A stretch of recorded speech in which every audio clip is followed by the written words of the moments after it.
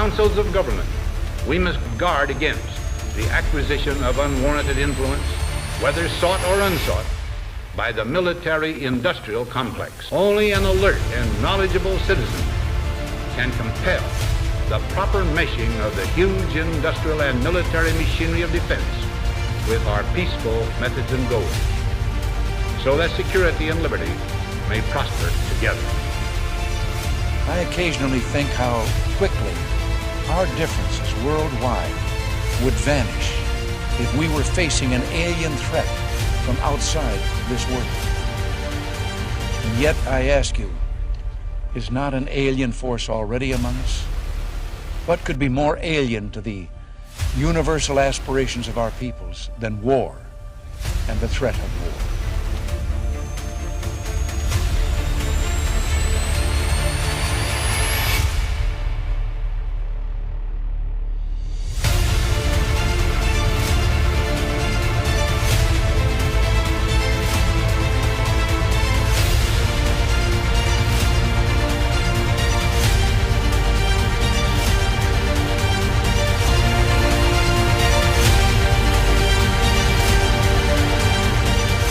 Well, you know, I like talking about ideas as opposed to people. I love the quote from Eleanor Roosevelt, and she said, "Small minds talk about people. Mediocre minds talk about events. Great minds talk about ideas." So let's talk about the idea of a Tesla car. That is actually an innovation of old technologies. You know, yeah, the lithium-ion batteries are better than the lead acid or what have you. But you basically have a battery being plugged in to a coal-fired power grid. An actual Tesla, like Nikola Tesla had, that J.P. Morgan famously turned to Tesla and said, if we can't put a meter on it, it's not going to come out. These are big industrialists back then. I call a Tesla actually a Musk, because what Elon Musk has is an innovation of an old technology where you plug in a car to a grid. Now what's the grid? The electric grid. Most people don't know this. It's being run mostly off fossil fuels. Very small percentage of power comes from renewables. So it feels good. So, you know, that whole paradigm needs to change where we say, where are the big breakthroughs that need to happen? And those have not happened yet because they've been suppressed for alleged national security reasons, but in reality, it's because the national security state is being run by people with big vested industrial powers. The industrial fascists, just like in the 1800s, early 20th century, that same mindset is running the current economy, the current paradigm of technology. So I think if you look at something like SpaceX,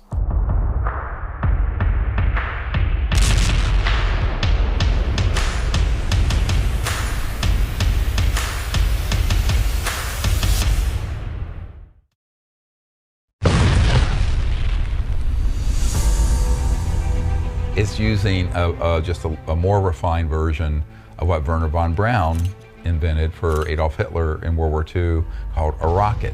Where you burn something, causes a propulsion, shoots it up like a Roman candle. It's not an invention. It's not a breakthrough.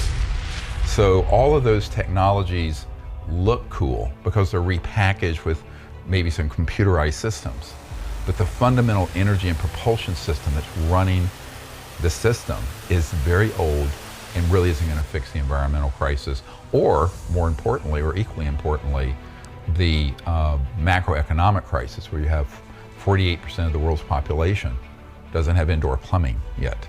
So the poverty, the extreme poverty leads to revolutions and violence and radicalism and extremism. All of that and the biosphere collapse isn't going to be fixed by a plug-in electric car. So now I think people like Elon Musk certainly know of these other technologies, but they also know that there have been very fierce and rather nasty things done to people who try to bring them out, up to and including killing them if necessary. I mean, it's suspected that Stan Meyer, who had a car that ran on water using a type of electrolysis, was killed. In fact, right before he collapsed, he says, "I've been poisoned," and collapsed. It's a major breakthrough that will no doubt make motorists happy. And as Ralph Robinson explains, the Pentagon is also showing lots of interest in this project. He has developed what's called a water fuel cell. It has taken the place of his old gas tank. The water fuel cell breaks down water molecules into oxygen and hydrogen. The hydrogen is used to run his dune buggy. I don't care if you use rainwater, well water, city water, ocean water. If you don't have any fresh water, go ahead and use snow. If you don't have any snow available to you, they use salt water because there's no adverse effect to the fuel cell. The Pentagon flew a lieutenant colonel in last week to look at Meyer's invention. There is talk of possibly using it in the Star Wars defense program and to run Army tanks. Myers is currently perfecting a water fuel cell for cars. It will cost about $1,500. He says it won't need any maintenance, and you won't have to replace it. And he had other technologies that already had national security orders on them. My group was going to acquire them.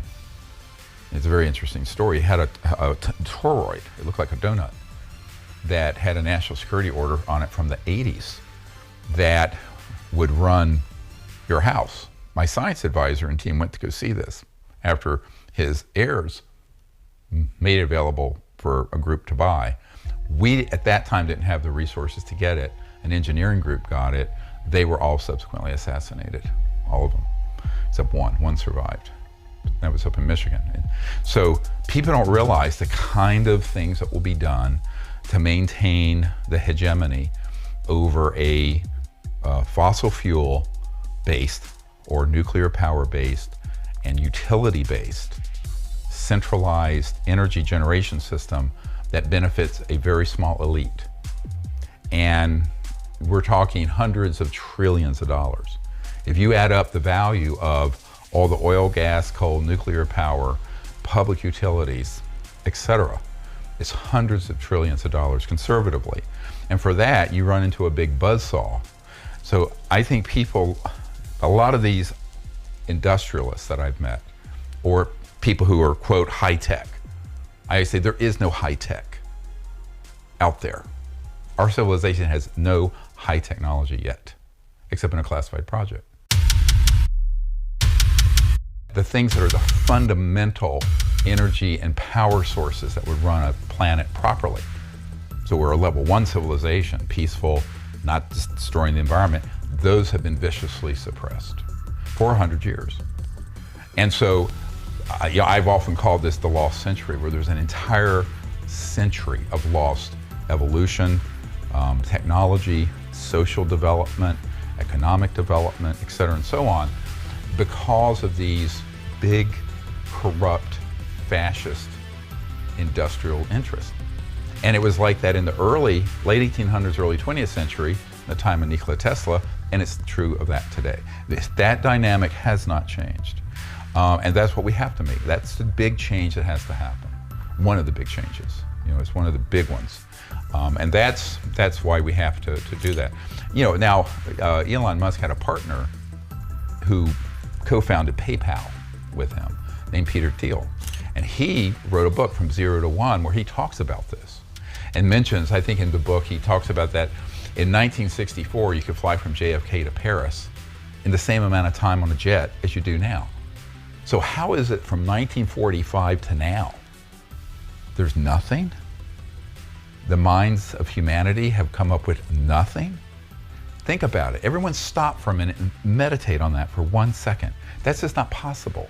So this is why a very mainstream group called the Federation of American Scientists put out a research paper in 2010 that said there were over 5,000 patents that had been confiscated under national security orders, many of them dealing with energy. These are big macroeconomic issues where you have a few big powerhouses, multi-trillion-dollar consortia that are wanting to keep the status quo, and then they have the national security state or the patent office be their lackeys, their shills. And so this is a dynamic that I think has to change, and we have a plan to change that. But it's difficult because the big mistake everybody makes with these technologies, they think, oh, I'm going to build a better mousetrap, and that means that the world is going to be the path to my door. This is what every inventor I've met thinks. The flaw in their thinking is this: before the world finds out about it, Murder Incorporated, as I call it, is going to find a path to your door. And they're going to confiscate your device, and if you don't relent, they're going to confiscate you. And you'll be in prison or you'll be killed or whatever. So you have to find a strategy around these jackbooted thug fascists. I'm very blunt about this. I mean, let's not you can't put lipstick on this pig. That's who and what they are. And meanwhile, the earth is about to flip upside down. I mean, literally. I mean, we're doing so much biosphere damage. And that's one of the big pressing issues of our generation. So, for example, this is one of the, an old presidential briefing document for Barack Obama. The first part of it are various government documents, and so one of my favorite ones is this National Reconnaissance Office one that leaked out that lists all the project code names. Now, when you do the briefing, you go, well, here are these. Dreamland. Here, Dreamland is literally listed on this document. It's a National Reconnaissance Office document. So, and then it has Cosmic Ops, Magi. And so people don't understand that's the Majority Intelligence Committee Ops, Cosmic Ops, Royal Ops, all of these, and all these different squadrons. The Sally Corridor, Groom Lake, Dreamland, Ground Star, Blackjack Team. There's Blackjack Control is at Edwards. This is at Nellis, so-called Area 51.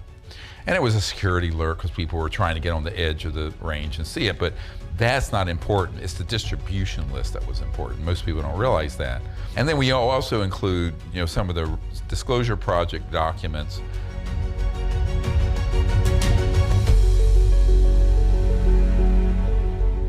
Well, to be honest, 99.9% of the population of the world would benefit, way out there. The big issue is the people who would be the losers are going to be the people who are very in power. So the people who have all the power are a very small number of people who'd be the losers on that. And more importantly, the centralized power system, that's going to vanish. That's going to go the way of all flesh. Not only power in terms of energy generation, but political power, macroeconomic power, all that's going to change. So it's one of these things where we'll have a whole new world, which is wonderful, but if you're someone with $1 trillion oil field, it ain't wonderful. But those are the people who have outsized amounts of power. It's not democratic. So that's the main thing, is that it's got to happen. It should have happened 100 years ago, and now it's time.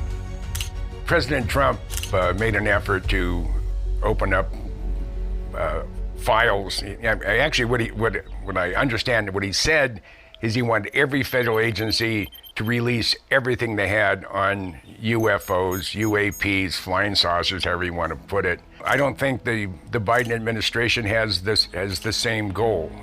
We're talking about two opposing trains of thought.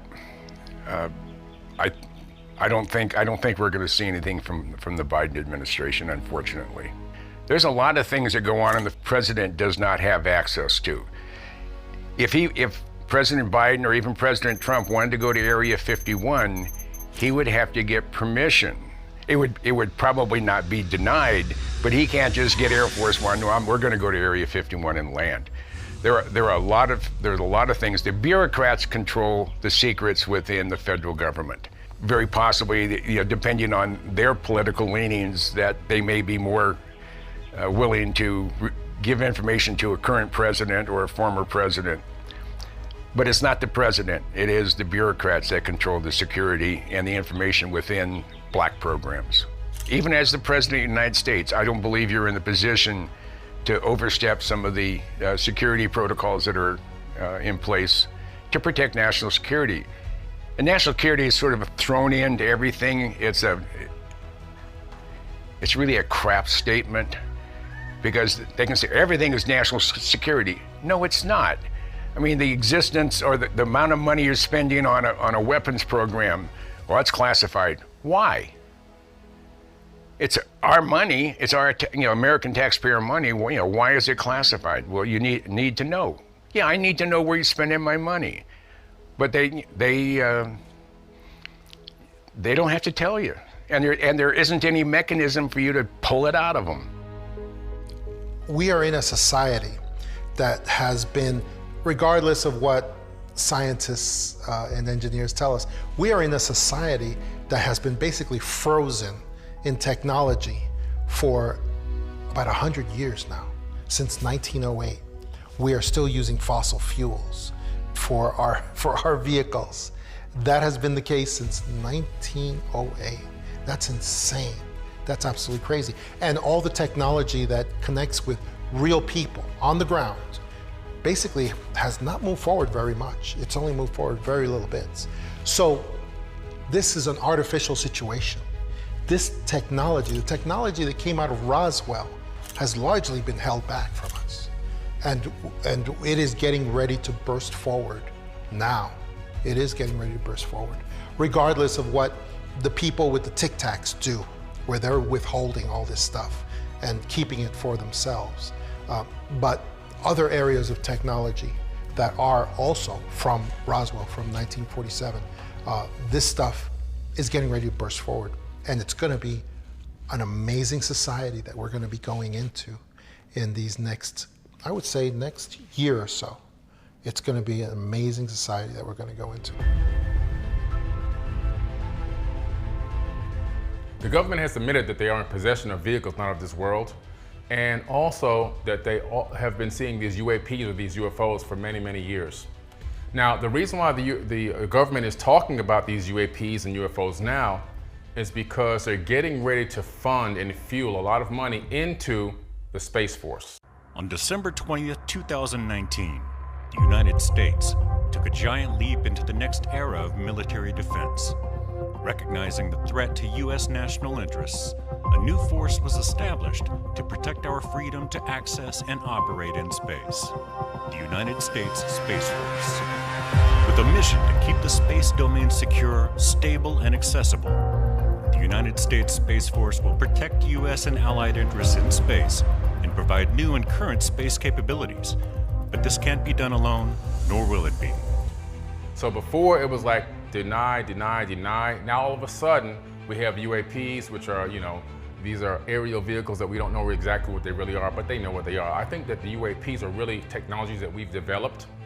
There's a whole fleet of them. This morning, a report that the government cannot explain those mysterious objects caught on video by the military.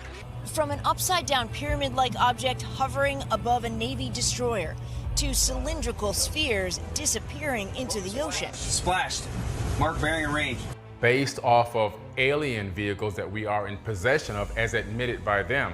So I think that they've been reverse engineering this technology for a very, very long time and have now perfected it to the point where when it appears in the sky, the general population thinks it might be an alien, but in actuality, it's technology developed by us. I like to call them ARVs, alien reproduction vehicles. Now, ahead of the release of a declassified Pentagon report, the New York Times says these papers do little to clarify what the videos show. The New York Times reporting that intelligence officials are worried the videos show America's adversaries may be racing ahead of the U.S. in developing elite weapons technology.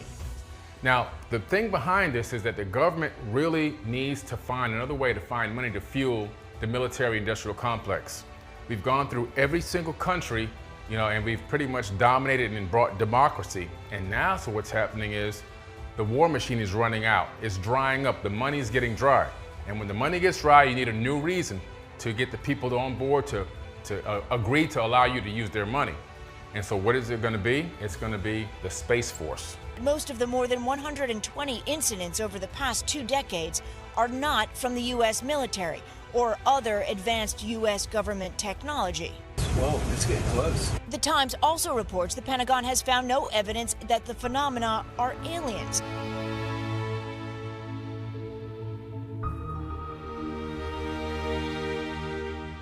There's a suppression of the news. The major media doesn't want to share with you the real truth of what's going on above our heads every single day. They continue to use fake UFO videos on a daily basis talking about the UAP phenomenon.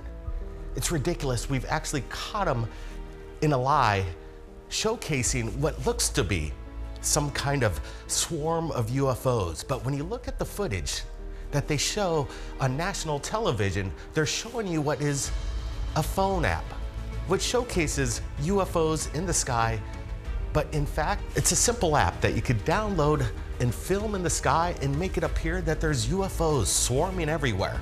This goes along with the major media narrative of UFOs. They're everywhere, they're a threat, and they're coming for us. But in fact, they're showing us an app that is totally false. This is absolutely ridiculous. When the true evidence is coming from the public themselves, when we receive over 1,000 videos every year right at third phase of moon, we reach out to the major media saying, hey, take a look at this. The major media refuses to accept videos from the public.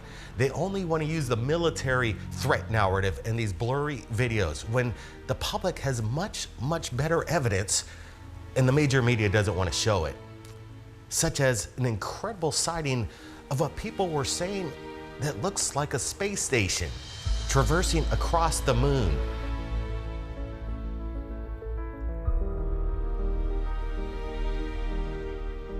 Whatever was captured was high in the stratosphere, some kind of experimental, again, exotic form of propulsion. Once we put the video out on third phase of moon, they were forced to admit again that this indeed was some kind of secret experimental program in regards to sniffing the atmosphere. Whatever it was, again, more videos exposing high exotic craft. Well, I've actually had a lot of meetings with people who are initially very supportive, and then they get a visit. And they either are threatened or they're afraid, they realize what the ramifications are, and they back off. So this is why we sort of gave up on the political and the moneyed people and did it as a grassroots disclosure effort back many years ago. So that's the big problem, is how are you going to get this out? If you want to benefit the whole planet and the whole population of the planet, you can't be thinking you're going to do this through politicians who are innately going to be bought off or threatened. Because those are people who, this is what they do. They put their finger in the air and say, which way is the wind blowing? And that's the way they're going to go. So, and the public is going to have to decide if they want to do this themselves. This is why we took the whole disclosure project public. So that's what we're doing. What most people, they think that the US government builds stuff. They contract. It's called WFO, work for others. And in 1993, I was at the Wrigley Mansion in Phoenix. And Jordy Hormel, the Hormel meat family, had bought it. There was a covert group that had kind of taken over his operation. And I was there, and they wanted me to come to a meeting very late at night. And we're sitting around this big conference table at midnight with a bunch of suits. And this is in 1993, a couple months before I briefed the CIA director. And there was a man there. He says, look, if you want to deal with this issue of these technologies, the UFO issue, you don't need to talk to the president, the CIA director. They don't know anything, and they're not going to know anything. You should be talking to people like us. We're the ones who are running the WFO. We'll work for other, it's called, programs. And we're tied into certain, I'm quoting, orders of Jesuit priests that are working on the technology transfer. We have the supercomputers that back up the banking system, and where we can get a lot of money just from transactions where they're odd amounts. We're the one, and he went through this whole litany. And he started explaining this to me because he was basically trying to wave me off from going forward with this meeting with the director of the CIA. And it was when I realized that, sort of the people who think that the government's running everything, and there's this top-down president, commander-in-chief, et cetera, but that system got decapitated in the 50s, mid to late 50s. Which is what Eisenhower warned about when he left office, when he said, beware the military-industrial complex. So what took its place? Well, what took its place was this sort of hybrid entity, partially covert, unacknowledged government programs, but a big part of that is then outsourced to big corporations, covert contractors, and other organizations. So that's kind of what developed in the post-World War II era, and it's how the operation runs. So if someone was actually to go against the government and try to attempt to release this to the world. Personally, I don't think it could be done because they don't put all their eggs in one basket. They don't follow the policy of single point failure. They have multiple repositories where they keep all this stuff. Absolutely, Los Alamos, Oak Ridge National Labs, MacDill Air Force Base, Edwards Air Force Base, the remote test site in Nevada, also known as Air Force Flight Test Center Detachment 3. That's the actual terminology for Groom Lake facility. So for someone to try to bust down the walls. These were the folks who finally tried it, a few dozen running toward an entrance of Area 51, the secretive military. It's not going to happen. You'd have to go to all these facilities, get into their vaults, then bring that out as a united coalition. Not one person couldn't do it. It would take a united coalition of acknowledged scientists to come forward with it. That's how it would happen. How long will something stay classified? You know, when will we see it? And when we do see something, how old is it? Typically, if the federal government, you know, the bureaucrats, the spooks, the guys that handle and work in the classified environment, if they're going to release something, it's probably was built, flown, operated, and tested 20 years ago. So any new technology you see that the federal government is releasing, as far as maybe the B-21 radar or anything else, that's old technology. Holding and being responsible for security is a very, very powerful feeling. So if you're a security administrator and it's your job to maintain the security, you're in a real powerful position because you can destroy someone's career. They'll only release it if it's to their advantage. Other than that, I don't think the American public or the public in general is going to have any idea what we're up to, what the government's up to. So the truth is, even Rumsfeld admitted the day before 9/11, there's 2.3 trillion with a T dollars unaccounted for in the Department of Defense budget. Probably now it's 8 or 10 trillion. Those go into these unacknowledged projects that are deep black. The Congress has no idea where it's going. The president has no idea where it's going. So, the real issue is, it's sort of a complete corrupt, unconstitutional ripoff. And, but nobody wants to take on that system because they're lethal, vicious people, so. And the truth of the matter is, if you do someone who, let's say you have a senior Department of Justice person to investigate this, they won't be told anything. They'll be told basically get lost. So by the definition, these projects are illegal and unconstitutional, and so they don't care about a subpoena, and they don't care about the chain of command, they don't care about the Constitution. They'll just say, buzz off, we're not going to tell you anything. So that's actually how it runs. I mean, it's just, people have to totally redo their civics lesson that they learned in high school. Is not how this country runs anymore, and not since the late 50s, my opinion. So before, when money would go black budget and people would go, well, where's these trillions and trillions of dollars going? And they had no answer. Now they can say, look, there's these UAPs that are harassing our Marine ships and appearing over our nuclear installments. And so they're a threat to national security. They're a threat to global security. We need your money so that we can build space tech. We need spaceships. We need weapons in space. We need different types of weaponized satellites. And so now all of a sudden they found a new way to garner the support of the people of the world by building this space threat. Since 1917, the Air Force Research Laboratory has been leading the discovery, development, and delivery of warfighting technologies for our air, space, and cyberspace forces. Already on board, AFRL is continuing to provide the technology and resources necessary to help the United States Space Force build a comprehensive military advantage in space. And so by building the space threat concept into mind, that fear, of course, we're going to say, take our money, apply all these trillions towards this defense. Don't worry about schooling and education. Don't worry about health care. Don't worry about retirement money. We need to protect our planet against alien invasion. And so that's what the drive is behind it.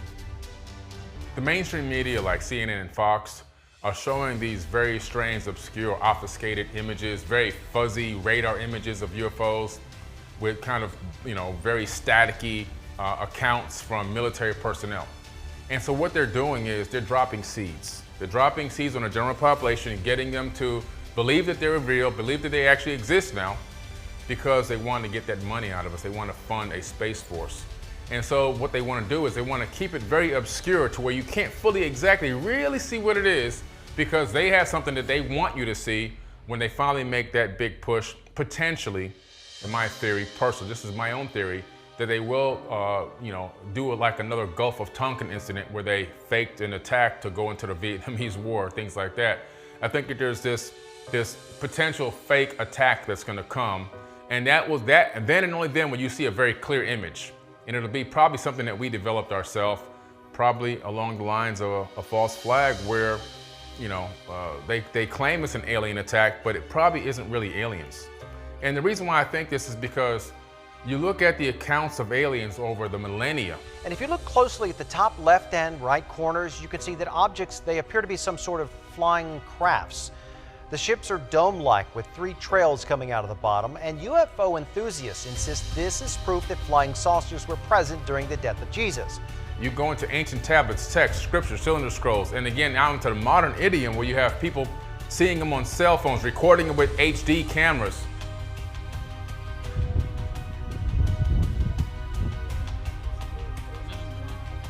Va demasiado rápido, loco, no lo sé. Está yendo rapidazo, loco.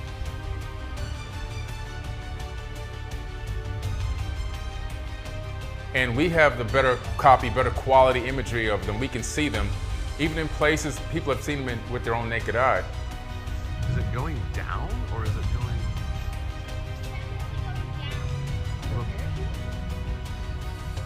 It looks like a spaceship. What happens here is they don't want you to know that these beings have never threatened us. So far, as far as we know, in modern times, they haven't tried to eradicate us, they haven't tried to destroy us, they haven't come guns blazing to destroy our cities and kill the people. And so I really believe that they want to paint a different picture about these beings, a picture that they can control the image in our minds so that they can control the support, the fear, and also the money. When it gets right in front of me, it just disappears. Disappears. Like gone. To be clear, he's referring to this giant object as a Tic Tac, because he said it was shaped like one. Now, 3 other crew members with that pilot saw the same thing. Are these objects a national security concern?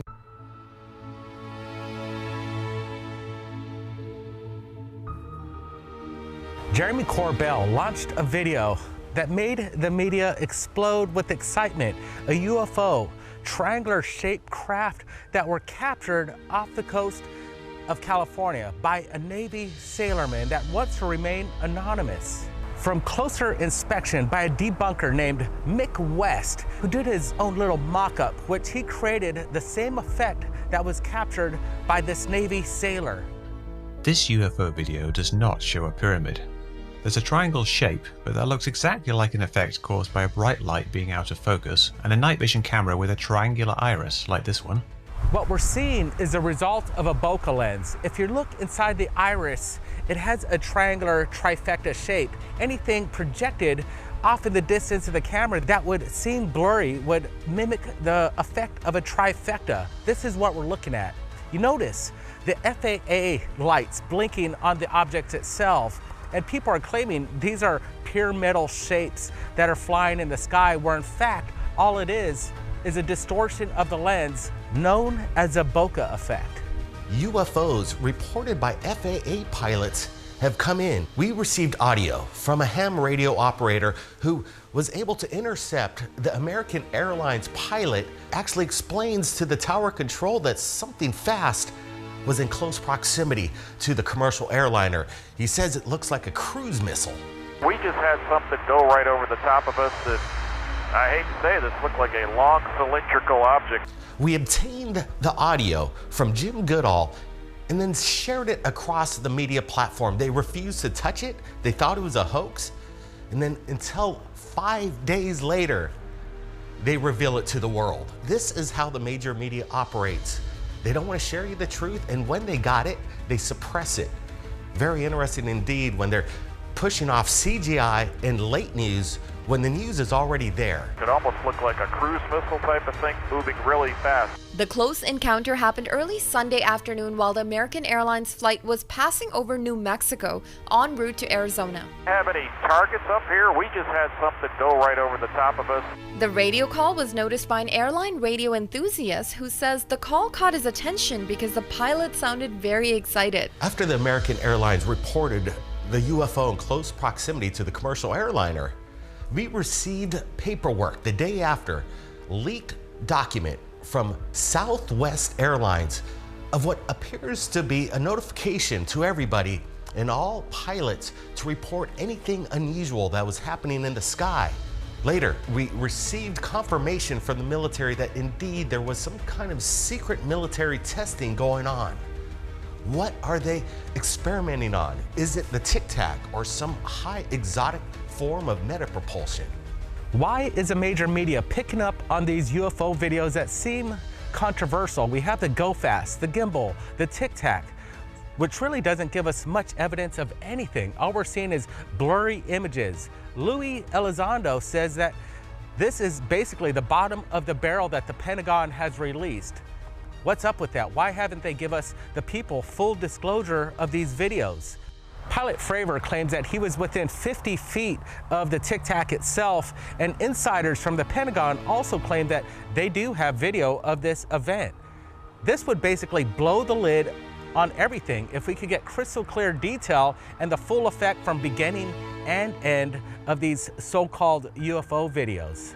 It seems like the major media and the Pentagon Congress seem to be tied in coordination with this disinformation effort to keep the UFO secrecy deep behind the shadows. There's above top secret access to the hidden technology behind disclosure. Is the world ready for it? Yeah, so I mean, a lot of people are confused about how something like this could be structured. And they're always talking about, well, you know, what about China versus this country or Great Britain? It has nothing to do with that. So we think in terms of our high school civics lessons where there's the US, Canada, we're looking at geopolitical boundaries on the globe of the earth. The group that runs these classified projects has been for decades, at least since the 60s, transnational, meaning that they've had operatives in projects in Brazil or China or the old Soviet Union. And at that level of unacknowledged special access projects, many of them work together.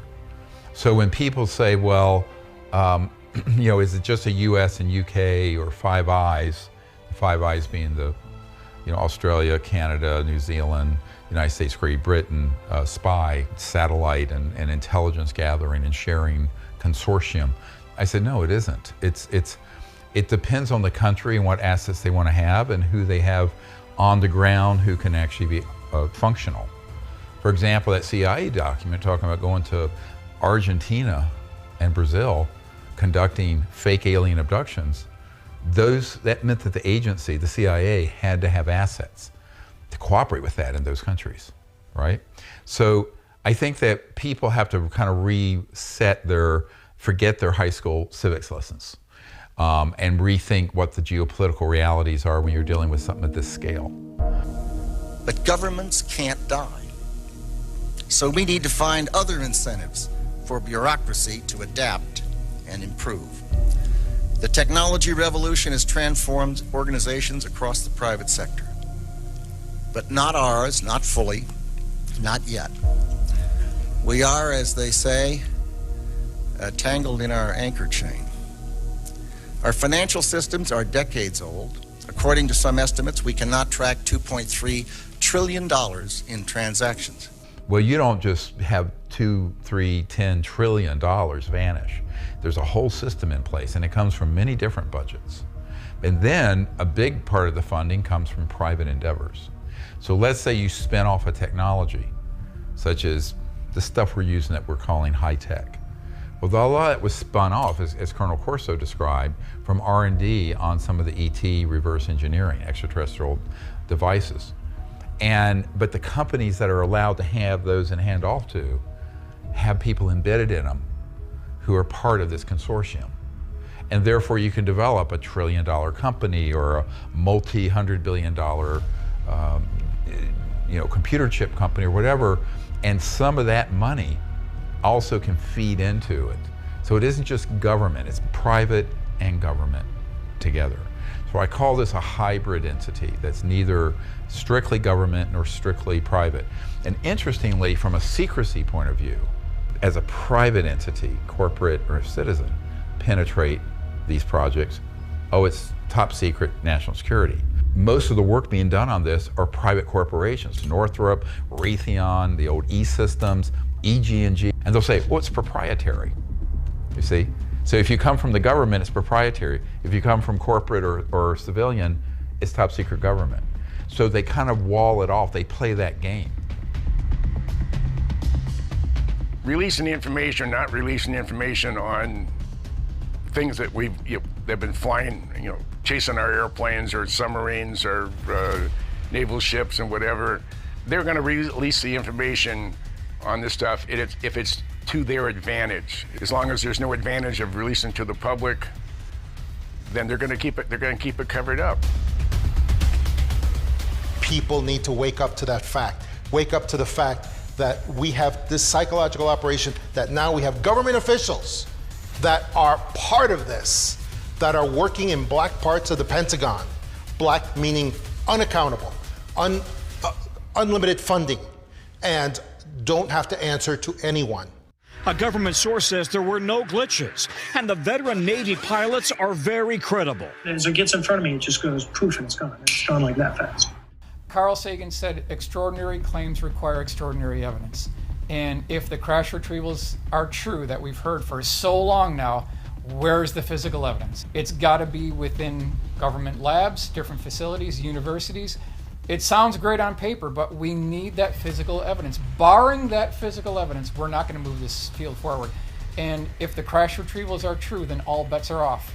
If those stories are true, then they do have the debris, they do have the saucers, they do have the bodies, and they've been working on this for 60, 70, perhaps 80 years. So whatever you can think of, whatever you can imagine as a technology or a possibility, whatever you can think of, it's already been done. It's not even a question anymore. And I'm talking about everything. Portal technology, teleportation, faster than light travel, FTL, all these things are now possible and pure reality. And just turns abruptly and starts mirroring me. So as I'm coming down, it starts coming up. So it's mimicking your moves. Yeah, it was aware we were there.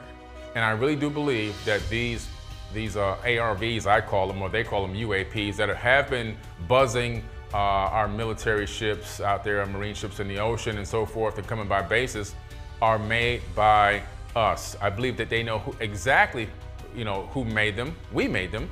I think that they are alien reproduction vehicles that they've taken reverse engineered technology from previous down UFOs and basically put them together, created our own technologies that we are flying around in. They've already declassified the stealth bomber and all these other craft during the 9/11.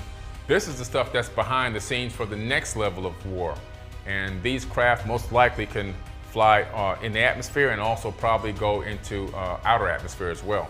And so I believe that they are actually ours, and they're painting the picture as if they're not ours, but I really do believe that they're made by private corporations in America or somewhere on this planet. And the reason why they use private corporations is because if you use a government organization, then we can do a Freedom of Information Act and we can find out what's going on. But when you go into a private corporation and you subcontract it out, then the private corporation doesn't have to disclose any information to the general public at all. So these are some of the tapes from Asilomar, the 1995 gathering of the original whistleblowers and Disclosure Project witnesses. But at that time, if you look at it, it says Starlight, Project Starlight. So if you look at the documents from the Clinton library, where the Associated Press sued the Clinton administration to get them, it was the project, it was just called the Starlight Coalition. And there's a letter that we wrote, all of us gathered there, including some friends of the president who were there, recommending that he declassify the subject, disclose the UFO issue, etc.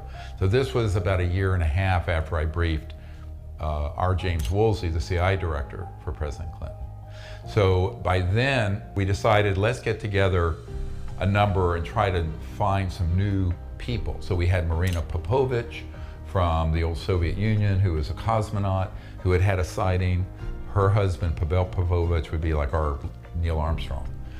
We had, of course, Edgar Mitchell was there as my guest. It was one of his early meetings for this. And then we had some people who had handled the Roswell materials, a whole bunch of different people. And it was called, Project Starlight back then. Because at that time, it was still a kind of unofficial civilian effort to get the president. And then later, after this, in '97, the Congress to take the leadership on this. So we wouldn't have to do it. But they wouldn't, so we ended up doing the Disclosure Project in 2001. I want to emphasize that all of these witnesses each could speak for probably anywhere from 2 to 5 hours about what they have witnessed. We were trying to give you a snapshot. We have another 400 of these witnesses. I have carried this burden for 8 years. I'm now giving it to you, the American people and the people of the world, to take it forward. But this was the very first gathering of these Disclosure Project witnesses, military, CIA, and those tapes were stolen from me by the man I trusted to film. The people who did the filming colluded with a Clinton administration guy who is sort of a operative to take all those films and recordings and not give them to us. And so they vanished for 26 years. I get a letter a couple weeks ago, and the entire collection was buried in the backyard in Minnesota, in Minneapolis, by this Clinton guy who called my friend up and said, look, I'm getting older, and he was starting to have some, maybe Alzheimer's, I'm not sure. And so he says, I have these, I'm gonna send them to you. So then all of a sudden, this guy says, look, I think Dr. Greer would wanna have these. So he writes me this letter, and he says, I have all the Asilomar tapes from 1995. So we just received those, and we're digitizing them, trying to get them on hard drives from the old big boxy VHS tapes. But a lot of people don't know that history of how it went from the CE5 contact and the event that happened in Florida in '92 to the intelligence community finding about what we were doing, and others, the friendlies and the people who were, I call them the white hats and the black hats. And then they came wanting to, influence and stop what we were doing with CE5 contact, the bad actors. But there were others who were friendly.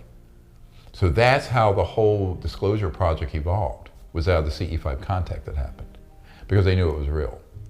I mean, it's the thing that people tease me the most about, but it's actually the foundation of the entire Disclosure Project.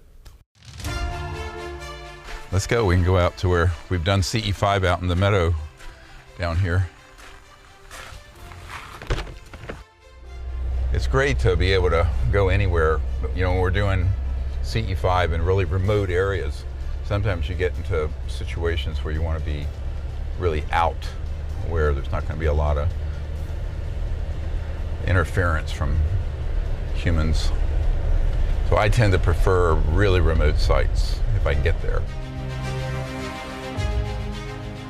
Some years ago, I was invited to go to an underground research facility in El Paso on the Mexican-American border. And it's a long story how this all got set up, but I was invited to come there because they were very supportive of what I was doing, and they had gotten permission. And this was a place where they were doing these sort of technologies that are trans-dimensional, but medical applications. Major stuff. I mean, as a doctor, they knew I'd be interested because I was dealing with trans-dimensional interstellar technologies. When I'm at the airport, I'm going to transfer at Houston, and there's this guy following me around with a long beard and everything. And I thought, who is this, a spook or something? It turned out it was Billy F. Gibbons of ZZ Top. He somehow knew one of the scientists in this lab. How, I can't remember. And he says, look, hey doc, I know you're going to this meeting. Can I come? I said, well, if it's okay with them, it's okay with me. I'm their guest. He says, yeah, it's okay. He says, well, if you'll let me come, I got a seat for you in first class. It was really funny. I said, okay, that's good. So let's do it. So we go there and we go into this office and then we go underground, and they have technologies that literally, electromagnetic transdimensional technologies where they can, if someone had a missing limb, they can attach to the subtle body, the mystics call astral body, but that energy, like you have phantom pain, and regrow it. If someone had a severed spinal column, which I've seen too much of, 16-year-old boys diving into a pool and, boom, they're paralyzed from the neck down. That was all stuff that they could repair, but the technology, here's the issue. The same technology that gives you that would give you free energy to run your house, because it's in that same, let's call it constellation of extraordinary technologies that they would want to keep secret. So there are a lot of spin-offs beyond energy, propulsion, and the environment that will benefit humanity once we can get the first level of this out, because it's unbelievable how backward even our medical technology is compared to what's possible. So that's also a very bit of good news from the point of view of medical healing technologies, really advanced technologies. This is why I've called for sort of a Marshall Plan for the planet for new energy and the environment that is supported and funded by individuals in an open source way, and not expecting, I think it's silly to expect the government of the United States or any other government to get behind doing something that brings out the most disruptive technologies in the history of the human race. Let's be blunt. I mean, everyone thinks that Silicon Valley is disruptive. There's nothing disruptive about the stuff that's come out of Silicon Valley. It's all peripheral around the edges. This really is, frankly, disruptive, but it also creates a new civilization, and it saves our future. So if this had been introduced slowly from the early 20th century, 100 years ago, to now, we'd be okay. But now we've run out of time because of what's happening to the biosphere, geopolitically, population boom. So in order to create enough change quickly enough, we're going to have to do something very different, very fundamentally different than what we've been doing. Will this day of disclosure come? Personally, I don't see it coming on the near horizon. And the way I look at it, and I know a lot of people don't like to talk about this, but hey, let's roll with it. Every day that goes by, every day that we live, every minute that goes by, Philip Klass's curse comes more true every day. There is no more exciting story that I could write or Aviation Week could publish than to say, at last, we've come across one UFO report that cannot be explained in prosaic terms. And so his curse was, you will not know anything more about UFOs today than you will on your deathbed. And when on your deathbed, you won't know anything more about UFOs on your deathbed either. So that's becoming true. If we don't take the bulls by the horn and make a management decision within this whole field of ufology, all of us are going to keep on tricking down that timeline. We'll all pass away and we won't know the truth. That's why we got to get drastic with this and take the bulls by the horn and roll with it. We just want to know what in the hell are those things that are up in the air. There's something out there. And I think we as allegedly, free people, we need to have the ability to find out the truth.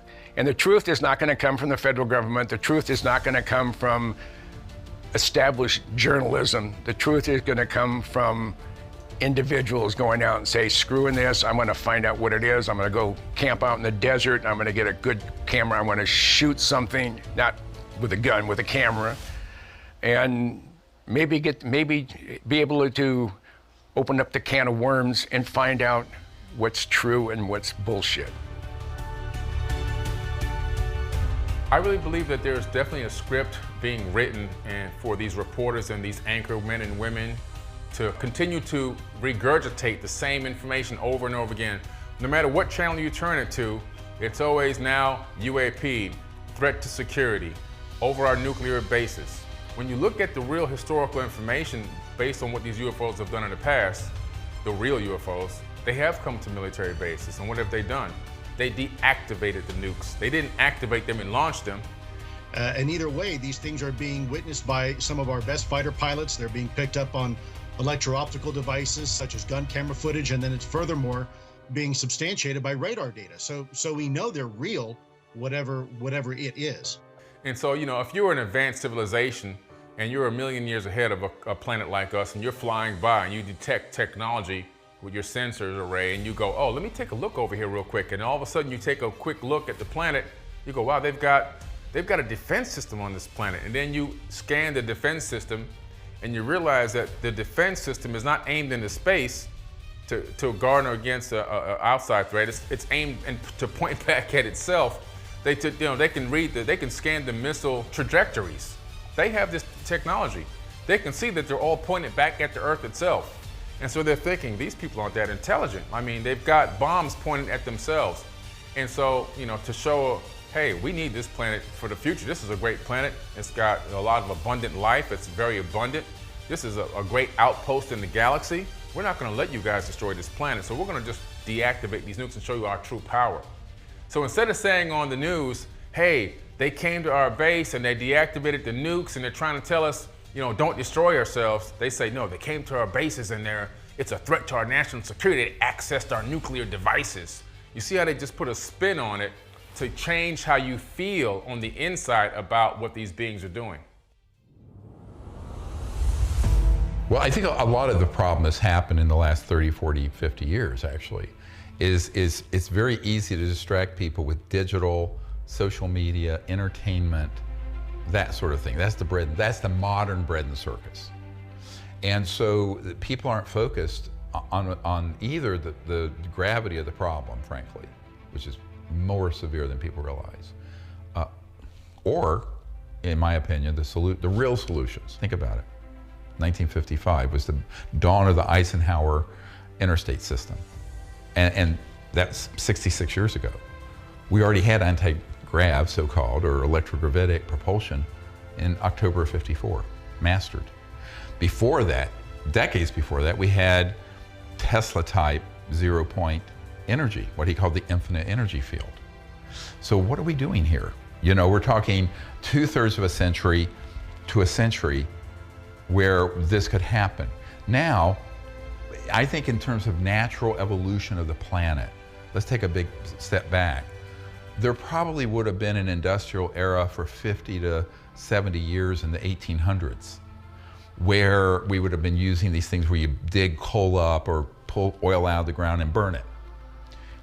And then there should have been this revolution in electromagnetic field propulsion and energy and all these things. But the big industrialists in the late 1800s, early 1900s are, you know, the same consciousness of greed, and quite frankly, stupid greed, that ruled the roost then is what's ruling the roost in 2021. So I think the people are going to have to unite and say, we've had enough of this. But for them to reach that conclusion, they have to get educated on the fact that these technologies are real, that the UFO is real, that we've figured out how they fly, that they are not burning rocket fuel or Jet A fuel from Exxon to fly around like you see them in these videos. They're using a totally different technology, which has been figured out. For example, I think Nova or PBS did a story about how during the peace movement, they did a FOIA request, and it turned out, like in New York City, if people were protesting the Vietnam War and they were organizing, there would be like 16 people at a meeting, and 12 of them were on the payroll of the New York City Intelligence Unit or the FBI or somebody.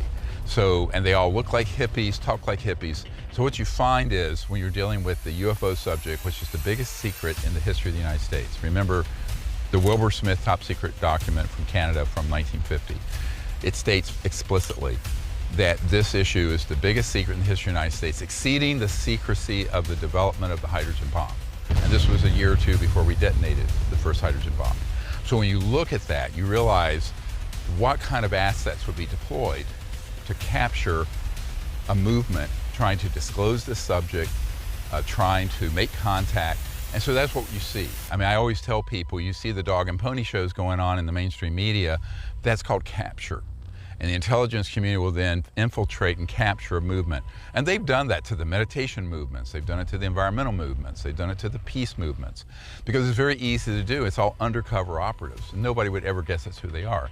So I learned about that the hard way in the 90s, where we had people who became embedded in my project. They ended up being operatives, and so we'd have to remove them. You know, it's like when I was at Lawrence Rockefeller's ranch in Wyoming, the JY Ranch there in the Tetons, and he said, Dr. Greer, the disclosure of this and these technologies, the implications are so vast and so profound that no aspect of life on Earth will be unaffected by it. I said, yes, Lawrence, that's why it's secret. It's not secret because it's trivial. You know, they haven't killed people and subverted the democratic institutions of the United States and Canada and Europe for nothing. It's because it is so profound. The implications are so vast that every aspect of life on Earth will be changed. So for that, for people who are defending hundreds of trillions of dollars in industrial, commodity, oil, et cetera, and so forth, assets, they'll do a lot.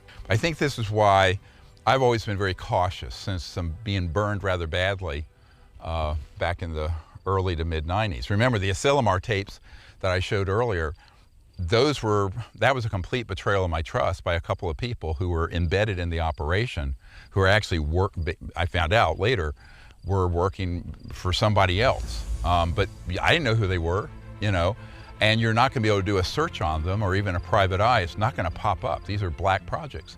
So this is why you have to be very, very careful. And when you're dealing with something as important as the fact that we're not alone in the universe, but also the technologies that get them here and back have been figured out, but would completely alter the way this planet operates and the people who benefit from the system.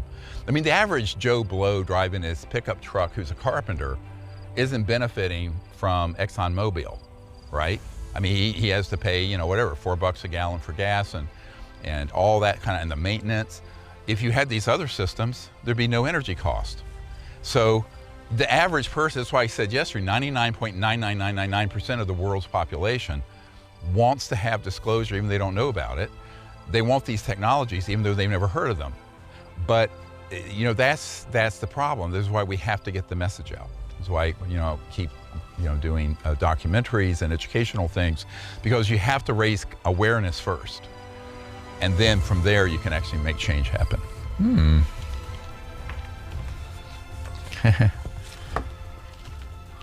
This is kind of fun.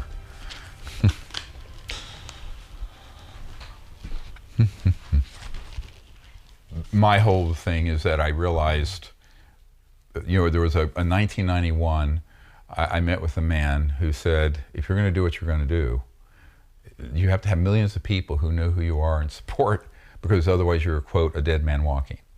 And then he told me what I need to do about a dead man trigger. So even by the early 90s, I mean, obviously I was asked to brief the director of the CIA in 93. We had an amazing collection of stuff. A lot of that is in storage places all over the world with people holding them, that if something happens to me, it comes out. But we didn't really stand that system up quickly enough. So between 93 and 98, you know, several people on my team died under strange conditions. And I had some serious threats, and there's been ongoing problems. But I think that around 1997, 98, there were some people who came to me who have worked this issue for a long time, 40, 50 years, who are on our side of the argument, of the advocacy to bring this out, who said, look, do you want protection from these sort of elements? I said, yes, so we have that now. So since 98, no one on my team has been threatened or hurt. So we try to put people under that umbrella. This is one of the cautionary tale. When Stan Meyer's collection of technologies were acquired by this other entity, and I didn't know exactly who they were at the time. It was not an open situation. They were known only as an engineering group in Michigan. And I said to the heirs of Stan Meyer's technologies that whoever gets it, tell them they have to do it open source in front of the whole world. The whole world's going to be watching this technology being refined, developed, released, without any intellectual property holdback, without patent. Because otherwise, they're not going to survive their launch. It'll blow up on the launch pad. And that's what happened. And I got this call a couple years later from Lord, I won't say his last name, in Great Britain, who had ended up being the money behind that acquisition, which is how they were able to outbid my group to get it. And he says, these people are running for their lives. They've gotten the systems running, and these would change the world. But they are looking for an eco-friendly country that they can get to because they're being threatened in America. I said, you'd have to go to another star system. There's no place on this planet where the henchmen of these kind of Fourth Reich fascists won't find you. And so he said, well, what do I do? So I wrote a 2 or 3 page memo to this guy, Lord so-and-so, which I can share with you. That's a whole strategic plan of what they need to do within a few hours to survive and not be assassinated and not have the technology confiscated. They wouldn't do it. They were still like, it's like Lord of the Rings, they're my precious, holding on to the ring. Precious! Ironically, in this case, it was a ring, it was a toroid, donut-shaped energy. And they didn't want to let go of the greed and profit motive. They wanted to be the next Rockefellers of energy, you see. So that is the Achilles heel for people. They see dollar signs, they see power, they see money. So they make all the strategic errors. So I wrote out a strategic plan of what they could do to save their lives and save the technology and get it out to the world. Because you're talking about the ability to stand up in an industrial energy infrastructure to replace everything our entire planet uses. You need 1,000 companies that are trillion-dollar companies to do it in enough time to save the biosphere. So I said, this shouldn't be about money or power. It should be about the purpose. And you'll do very well by doing good. But they wouldn't listen. Next thing I know, I meet with a guy in Orange County, California, who knew one of the people who was with that engineering team. And the man said this guy came in, was crying like a baby because every single one of them had been killed and the technology vanished, as we predicted. And see, this is what's frustrating, is that for 30 years, I keep running across this opportunity. People keep making the same predictable errors. You're dealing with something that's making a frontal run at the most powerful interests in the world, on the planet, bar none, period. And you cannot have a strategic plan that doesn't account for that. But that's what everyone, so it's like the definition of insanity is doing the same thing over and over again, expecting a different result. So I spent a number of years trying to work with people like that to satisfy their materialistic view and intellectual property view, and realized it was never going to happen because they kept vanishing or being threatened, or next thing you know, they're rich, driving a Lamborghini and wearing $5,000 suits, but the technology's gone into the black pit of Calcutta. It's gone. So after, about 25 years of that, I said, no more. There's a certain way this had got to happen. We know how it can happen. And if people would follow that strategic plan, you'd have a chance of surviving. It's still a heavy lift because you have massive, powerful interests that do not want these technologies out. And that's why the people who've dealt with the UFO-related technologies and classified projects, they're terrified to be identified. I have a lot of them on my team who've actually worked on them, built them. But, they know the kinds of enforcement that's been used to keep this secret.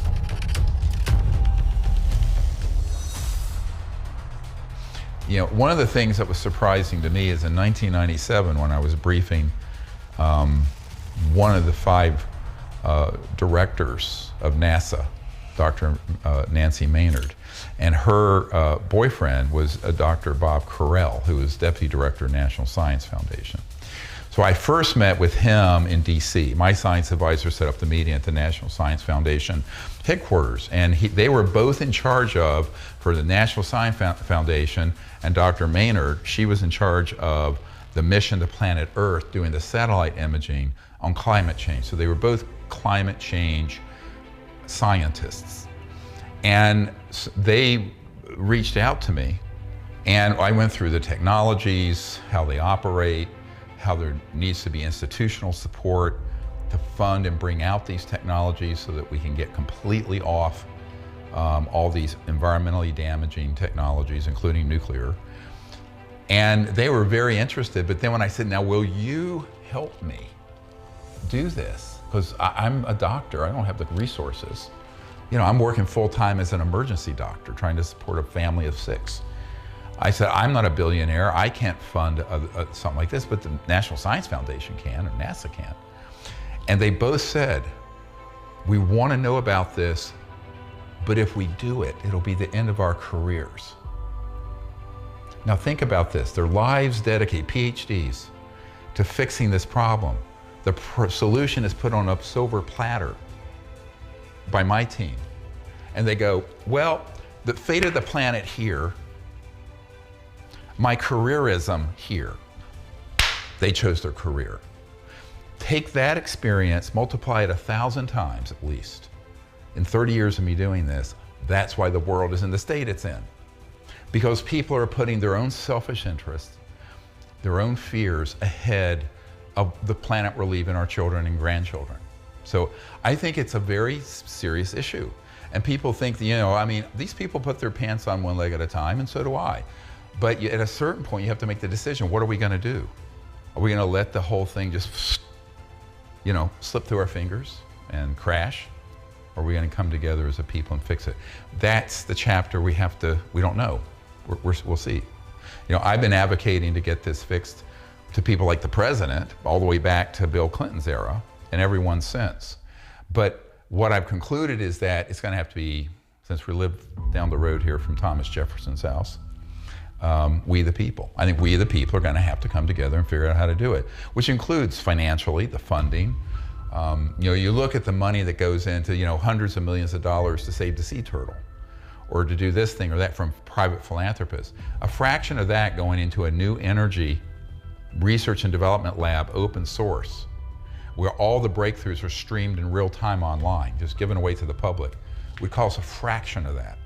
And you'd save the entire biosphere and all the oceans. But you have to have people who understand it and are willing to be angel funders to do it. Otherwise, you know, trying these technologies out of the government, unacknowledged projects, ain't gonna happen. I'm very skeptical of that. So I think that we really have to figure out another strategy, which is why I pivoted from doing all these things with the government in the 90s to doing the Disclosure Project 20 years ago. Because I don't think that what I came to understand is that people in those kind of positions are always looking at climbing the ladder, whether it's corporate or government, about power, about careerism. Like these folks who walked away from doing something on this, even though they avowed that this was the purpose of their life, the raison d'etre, the reason their great passion was this. But what they really ended up wanting to do, let's study the problem, but not do anything meaningful to fix it. See, this is the problem. So we're willing to spend trillions of dollars on ineffective policies right now in 2021, but no one's talking about something that would actually fix the problem. Because the solution is viewed as worse than the disease. The cure is worse than the disease in the minds of the power people, the people with the elite global power. Because it means, look, I mean, if you've got a big mutual fund with $1 trillion in it, half those stocks will be penny stocks because they're energy and transportation and whatever related, and utilities. But that's gonna have to happen at some point. So these are really hard decisions. I mean, I'm not trying to trivialize it. I mean, if it was an easy thing to do, it would have been done. It's because, as I said earlier, the implications, I mean, ironically, you know, a descendant of John D. Rockefeller says this to me, Lawrence, you know, that the implications are so vast and profound that no aspect of life on Earth will be changed. I said, yeah, that's why it's secret. It's why it's been so difficult to do this. President Obama says that there is footage and records of objects in the skies, these unidentified aerial phenomenon, and he says we don't know exactly what they are. What do you think that it is? I would ask him again. Thank you. The presidents are on a need-to-know basis in most cases. There's things going on, the whole secret government, the back government, that they can't even make a decision on. They can't stop them. They can't make any they can't even tell them to stop or disclose information. They literally would get laughed at. When it comes to aliens, there's some things I just can't tell you on air. But what is true, and I'm actually being serious here, is that there's footage and records of objects in the skies that we don't know exactly what they are. Well, you know, one of the things that Carol Rosin, but also 4-star General Wesley Clark remarked on, is that they've seen documents of this long-term strategic defense plan that's been around ever since World War II, but mainly from the 50s forward, 60-some years. And they saw that the names of countries back in the 70s and 80s that they didn't even think were even on anyone's radar, that were slated to be invaded and to create wars in.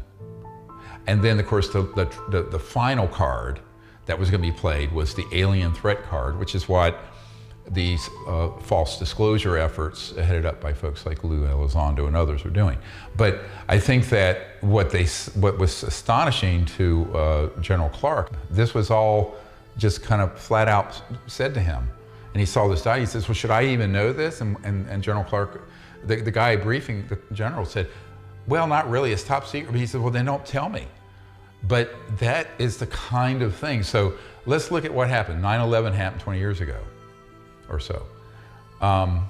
And we go into Iraq under completely hoaxed evidence.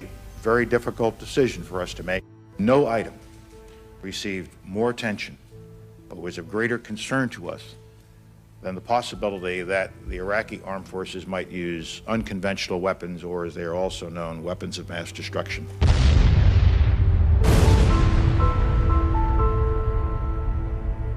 Colin Powell's chief of staff has gone on the record saying that it's the biggest mistake of their life, that it turned out that they were set up to go up to the UN and present all these weapons of mass destruction. But who benefited from that? The defense contractors. There were no bid contracts for $150 a gallon for water or fuel to the front lines or the forward operating bases. Same thing with Afghanistan. There were people on the Senate Foreign Relations Committee at that time who said, we really shouldn't invade, we should just take out these terrorist training camps. And so, but why do we get into these quagmires? Because just like in the Vietnam War, when the Gulf of Tonkin happened, they exaggerate a threat, or they create a threat, or they create a false flag operation. Some people think that the Gulf of Tonkin was completely staged. So that ends up causing a lot of patriotism, where people feel they're under attack. Based on that, they can unite people around the war drum, you know, the beating of the war drum. To all the men and women of the United States Armed Forces now in the Middle East, the peace of a troubled world and the hopes of an oppressed people now depend on you. A lot of people don't realize the Disclosure Project wasn't done to prove UFOs were real. That evidence was already there. It was to connect all these dots. The technology, the energy, propulsion, the secret agenda for endless war.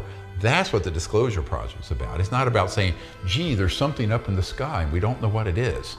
I mean, that's what people think disclosure is in 2021. But in the 90s and early 2000s, we knew that that wasn't the issue. The issue was, what's really behind the secrecy? How is it structured? The public doesn't know what unacknowledged special access projects are. In fact, you know, a lot of top people in the government have never heard of that term if they haven't been briefed or read into it. So you have to understand all that to then say, well, why really did we get into these quagmires? You have to ask the question, who benefits? Well, people who want to control the population through fear, which leads to war, and people who want to get a lot of money from contracting. It's a very lucrative, the war profiteers and the big trillions of dollars. I mean, we're spending nearly $1 trillion a year now on defense, intelligence, homeland security, all this in the United States. But there are most of that money is going out the door to, again, private contractors. And if you have a budget that big, there's a 20% slush amount. So $1 trillion, couple $100 billion can go into black projects. Nobody knows what the hell's going on. And that's the Frankenstein that got created in the post-World War II era that then got up off the table and is stalking the planet. So that's what people have to view it. It really got out of control. And it's been out of control certainly since the Eisenhower time. JFK tried to get the information. It's one of the potential reasons why he was assassinated. He really dug deep into the UFO topic. Clinton as well. UFOs. You've been the president. You've seen all the info. Are they real? The truth is that we've never proved one, but there are things flying around up there that we haven't fully identified yet. Obama was well versed in some of the information about the UFOs because they had to try to find a way to launch a mission to deflect an asteroid from hitting Earth, which is still currently going right now. And because of that, he had been briefed on some of the information, but not all of it. But he again said, I can't say anything, it's top secret, there's nothing I can say. And so even Trump as well tried to get it. Hillary Clinton tried to get this information. Podesta tried to get this information. Podesta knew a little something, but he wasn't allowed to release what he did know during the Obama administration. So they have no power. I mean, it's just proof is in the pudding. They really don't have, when it comes to this topic, they have no power at all. Why aren't they releasing this technology out to the public?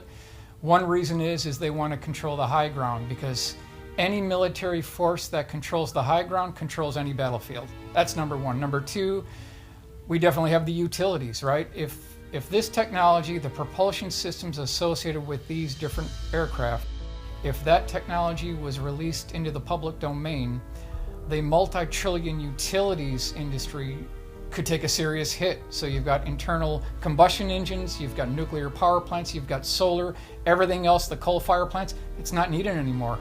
So it could possibly doom those industries, and they're not going to let that happen. They're just amazing top secret weapons. That's what they are. And we need to start calling this out.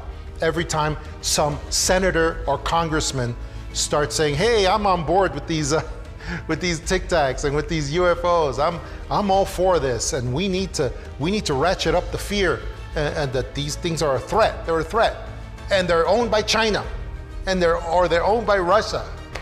You know, we need to tell them, we know you're lying. We know that's not true.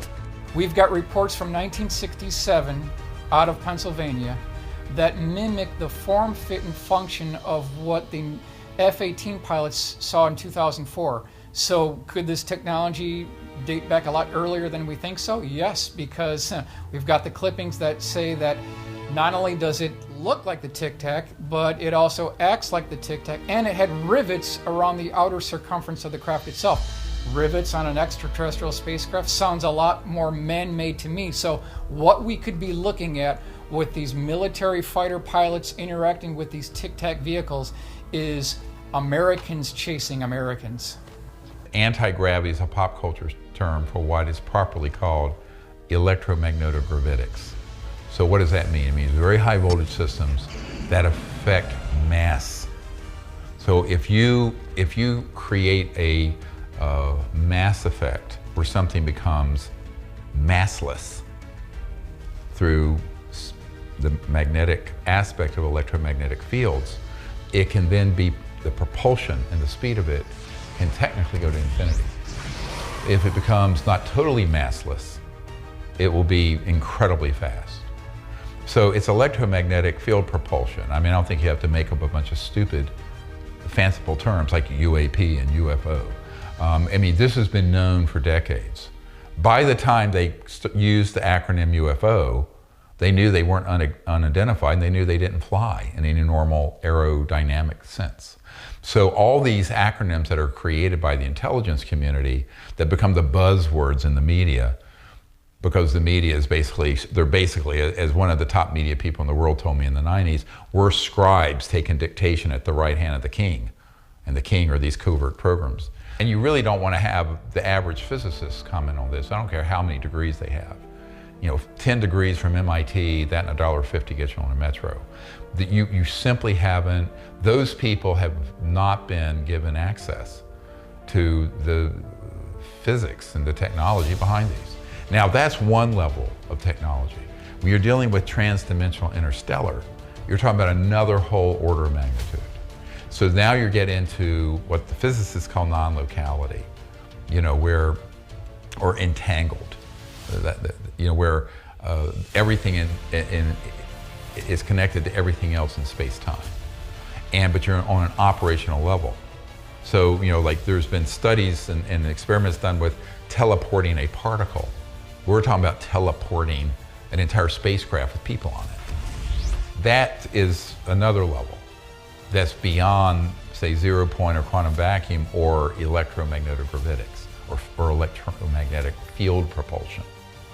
So there are different levels of this. And so there's a lot of things going on out there. Some are man-made, some are ET. There are points, it's like circles at subsets that intersect. There's an intersection where a lot of them look very similar and therefore get called the same thing. But they're actually very distinct hallmarks of a man-made versus a true interstellar, which is transdimensional. It's like the Truman Show.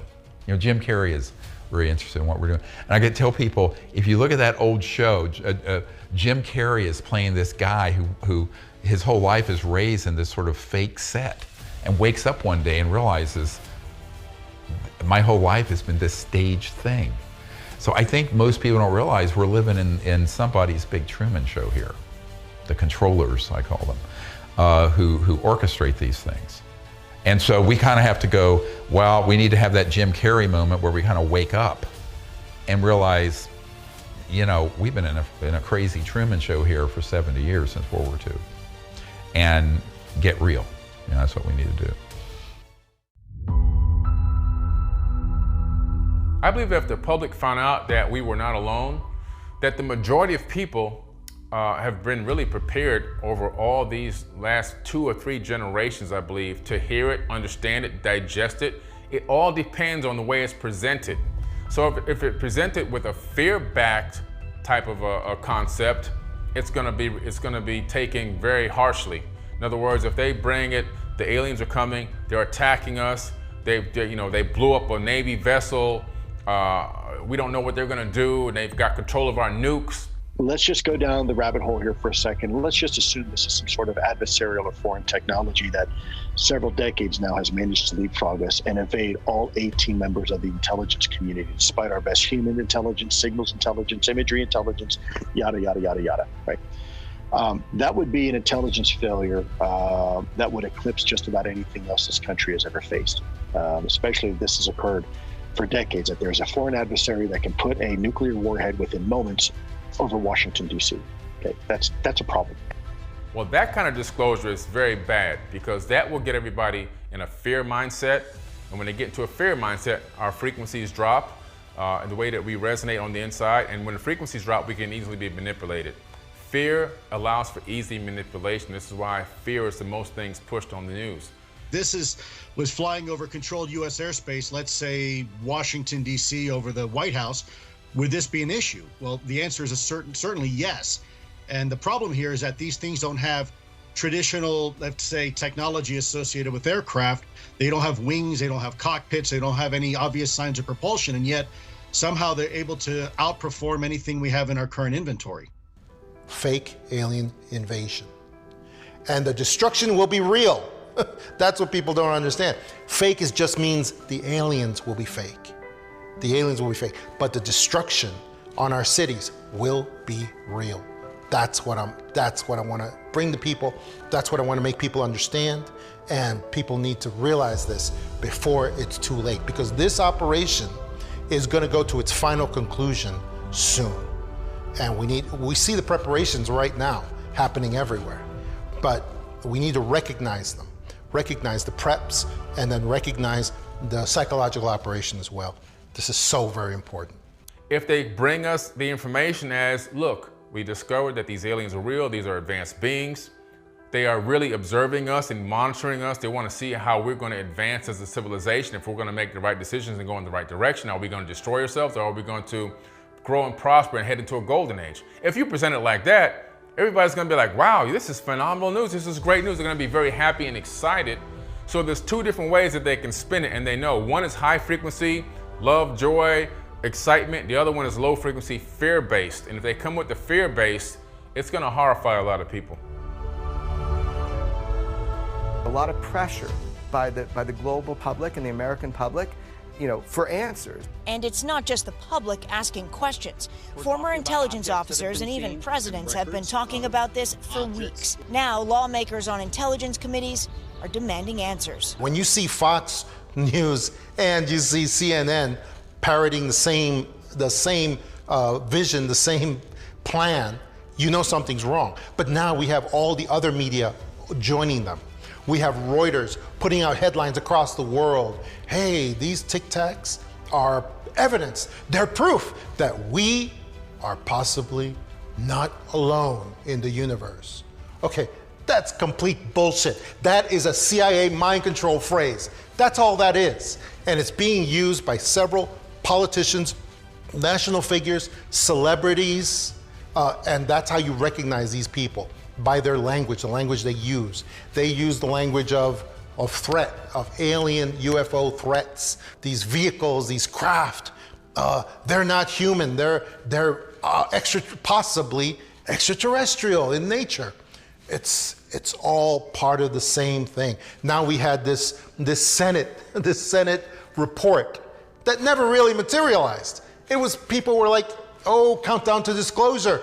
This is great. The Congress is going to report to the NID, the National Intelligence Director. We have Elizondo going everywhere and talking about a bunch of nothing, really, because he never offers any evidence to the stuff that he's talking about. And that's because these Tic Tacs, and I'm not revealing anything that's top secret or confidential, these Tic Tacs are American super weapons. They are super weapons. And this relates to other things, other areas of life too, because it is the reason why China could never get into a kinetic war against the United States, because we have these Tic Tacs.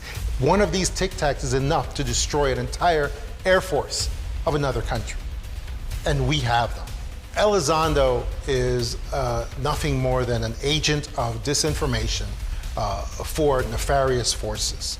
I don't even want to say exactly who those forces are, because they're bad, and they are the ones that are behind putting together this operation. And the fact that Elizondo will not defend his supposed information against anyone of any repute or any knowledge, like Dr. Greer, that tells you everything. That tells you everything right there. Yeah, Lou's here. There he is. There he is. I think the ATIP organization that Lou was part of, I think it's a disinformation campaign. It's like a magician. You're going to do something over here, but you're trying to focus. You're trying to have people focus over here when they're not looking. To pull a fast one. The fact that the major media is going to five guys, nobody else, just the five horsemen of the apocalypse, if you want to call it that. They're just narrowing their opportunity to get to the truth. If you're just parroting what the talking points are that I don't know if they've been given talking points, but they've been directed to speak in that direction. I think it's doing a disservice to the release of information on aerial phenomena. Dr. Greer made a statement and called out the five talking heads on the major media. It was a major maneuver, and it kind of shook up the ufology world. He called out Lou Elizondo, among others. We reached out to them all to invite them on a cordial debate. Let's discuss this like grown men. We have received hostile responses to the invitation. Some were quite provocative.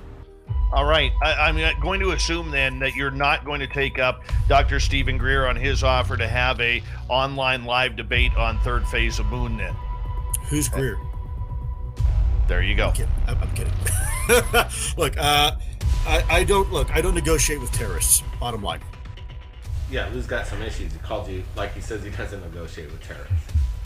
Yes, well, I mean, you know, myself and some people who worked with me have been called terrorists, every other thing, traitors, because we're not willing to go along with this corrupt game, and we call it out. Dr. Stephen Greer coming at you at different angles and all the sublets that they have around them coming at you. I mean, how hard is that to deflect all of that pressure?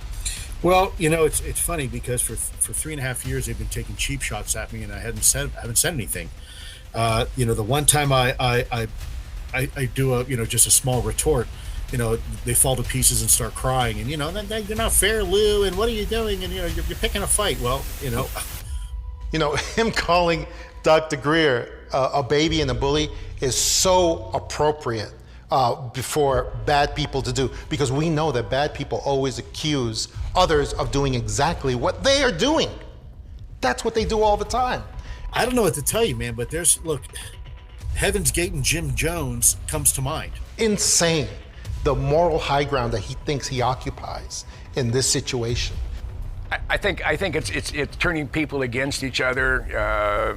You have these five guys, and they have a narrative. They're not moving from it, and it's not the truth. He will never debate with anyone that has any knowledge. And for him to say that Dr. Greer is a terrorist or is someone who is lacking in knowledge or truth is ridiculous. It's preposterous, because he is obviously an agent of tremendous disinformation. So it just has no justification. It is the deadliest attack on U.S. forces in Afghanistan in a decade. The real terrorists are the people who are killing millions of people a year through pollution, poverty, etc., and committing what I call planeticide, the murder of an entire planet. It's like homicide, but it's a planet. So you have these people who are in cogs in a machine. Now, keep in mind that someone like Lou Elizondo is a very low-level person. He's a foot soldier who has a very teeny little sliver of a portfolio of what to do. UFOs, unidentified flying objects, are real. Bill, I think we're beyond that already. The government has already stated for the record that they're real. I'm not telling you that. The United States government is telling you that. I don't care about personalities. I care about if someone starts getting a stage on 60 Minutes or CNN or Fox News or whatever, and they're reaching millions of people and they're telling provable lies. It's like Senator John Warner's son, John Warner IV, who said, I don't appreciate a Mellon, Chris Mellon, lying to the American people. This is not good for our family brand. Because the Mellons, you know, Paul Mellon started the CIA with Allen Dulles. So I think that there's a lot of the people I work with, a lot of people are very concerned that these folks are counterintelligence specialists posing as sincere researchers, when in reality, they're proffering a narrative of a national security threat that doesn't exist from UFOs. The only threat from UFOs is a national security threat, or from the man-made ones, ironically. And from the secrecy around this issue. Look, I mean, let's look at that. The secrecy around UFOs and the attendant energy and propulsion systems that go along with it are destroying the whole planet. And we have, 70, 80 years of poverty and pollution and all kinds of Mideast war after Mideast war. Look at the debacle going on in Afghanistan and Iraq. So all of that is based on what's the euphemism is our vital national security interest in the Middle East. Let me translate that. Oil. It means oil. What else is there? Date palms, camels, sand. It's oil. So I think we have to call this out. And the people who are kind of shills who are there kind of, they're sort of pimping for these covert interests, they may not know what the big picture is. I mean, I haven't had a conversation with Lou to know to what extent he's been read into or briefed on the more sensitive aspects of this. I do know that he's told a person I've known for many years that he had been in a facility where there was an ET craft stored. Now, if that's true, then he certainly shouldn't be saying to the American public, gee, we don't know what these are. So the people out there who keep pushing this fear agenda, I think most people in the UFO world don't know that that's what they're doing, that they're just sort of parroting disinformation that's been embedded into the research and books and documentaries on the subject. But that's really where it's coming from. The origins of all that mythology of aliens doing this and that is all coming from a CIA program that's designed to scare the hell out of people.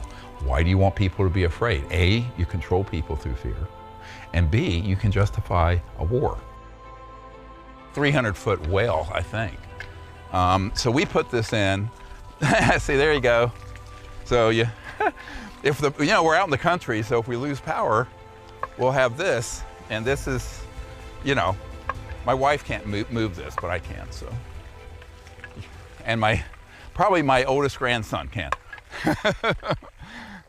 So it's kind of, you can fill up buckets, and we put this on here 23 years ago.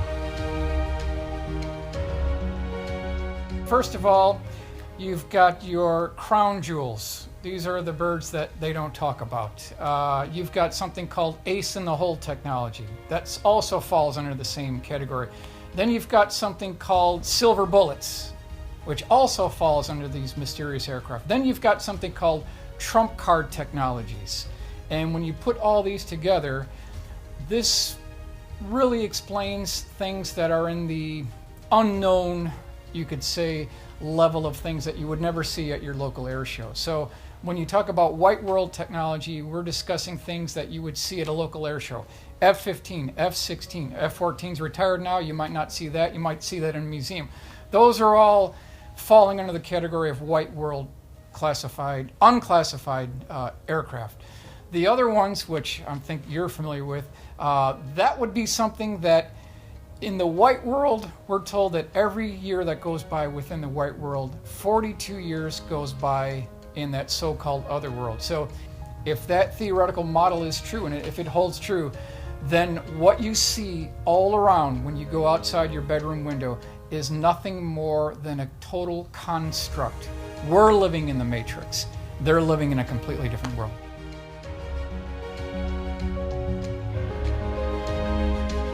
This is for cows. So this is used, oh, here it comes. We do this with the grandkids. Bye! Oops, that's fine.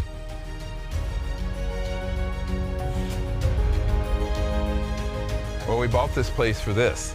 It has a 100-mile view of the Blue Ridge, Shenandoah National Park, Blue Ridge. It's, 65 acres and private, and it's a place to hide. It's safe and secure. So we have great neighbors, wonderful people out here. So we decided this is the place to be to, have some solace and peace. So. Is there any regrets that you had? I've never been a person to, look at regrets and wish I could have, should have, proud've. I just sort of, there are things you learn from. There are mistakes certainly that have been made, that I've made about people that I trust that I shouldn't have. But that's the nature of anything that you do that's going to be controversial.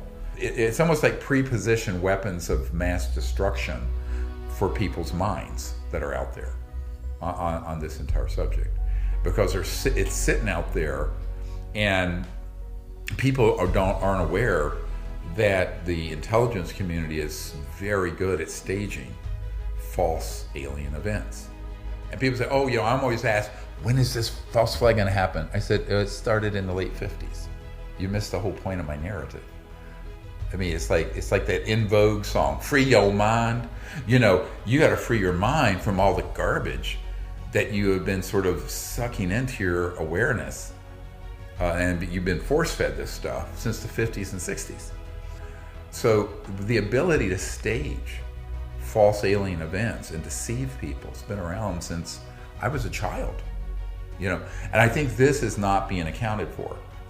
And at this point, I'm very much focused on exposing that. If you look at the presidential briefing documents we do, a big part of it has to do with the staging of false, what the Pentagon calls deceptive indications and warnings. Pop culture call it false flag, where there are things that are staged that exist out there, not just what's going to happen, but what's already in the evidence.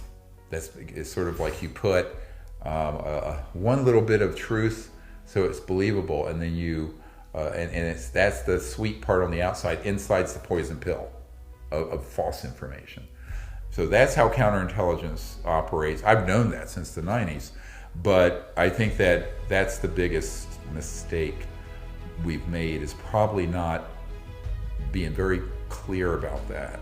We discovered that Jacques Vallée admitted to having this document that proves what we've been saying for 25, 26 years, and that is that the intelligence community has been hoaxing a lot of these so-called alien events for their psychological warfare value, to scare people. That's something that every politician, senior military official, whatever, need to be told early on, because that is not something you're going to get from an intelligence committee briefing or from a hearing. You know, I've never seen any of these sort of meetings happen where the people coming in talk about, oh yeah, and in the back room here, we have a bunch of spooks, you know, intel guys staging all this nonsense and then moving it through their cutouts, their operatives in the UFO subculture. The United States owns this technology, basically. But right now, we're caught in a war between the cabal, black hats, and the white hat military. And they are trying to take control of all these tic tacs, because neither side has total control of these tic tacs. That's where we are right now. And we have so many politicians, so many people. This operation started way back with John Podesta that you can see in WikiLeaks. He had a secret plan with Tom DeLonge from Blink 182, that they had this big plan to capture the youth of America in the subject of ufology and to capture their imagination. And we see that that was part of this plan also. So there's no shortage of politicians that want to be a part of this psychological operation. Not just politicians, but celebrities and network news people that all want to be part of this. That's why it's getting bigger and bigger. It's not stopping. Obama, just last week, was asked for a statement on this. And he said, reliably, he said, well, yeah, it's looking like people are really believing in this area of UFOs with the Tic Tacs, and it's going to lead to increased defense budgets. You know, space is hard. It used to be all we had to worry about was astrophysics, Kepler's law, gamma rays, solar flares, rocket science, black holes, and the theory of relativity. Talk about a nod to the military-industrial complex. That's what he just did. He just notified the military-industrial complex that they're going to benefit from this psychological operation to ratchet up the fear surrounding UFOs. They're leading into a very soft disclosure where we will get the announcement of alien life coming in just a couple of more years, and that's going to be from the Mars Perseverance rover.